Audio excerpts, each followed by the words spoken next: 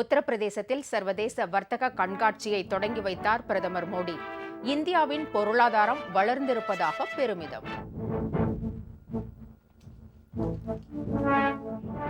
பாமக சட்டமன்ற குழு தலைவர் பதவியில் இருந்து ஜி.கே. மணியை நீக்க வேண்டும்.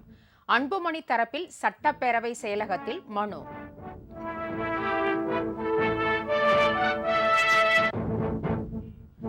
அமமுக பொதுச் செயலாளர் டிடிவி தினகரனை சந்தித்து பேசியதாக பரவிய தகவல்.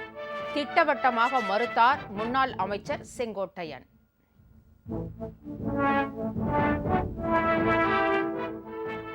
நெல்லை மாவட்டத்தில் பள்ளி மாணவர்களுக்கு இடையே மீண்டும் மோதல்.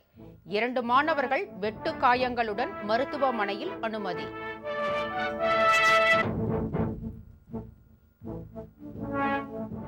லடாக்கில் வன்முறையில் ஈடுபட்ட 50 பேரை பிடித்து விசாரிக்கிறது காவல்துறை. பொதுமக்கள் அமைதி காக்க வேண்டும் என ஆளுநர் வேண்டுகோள்.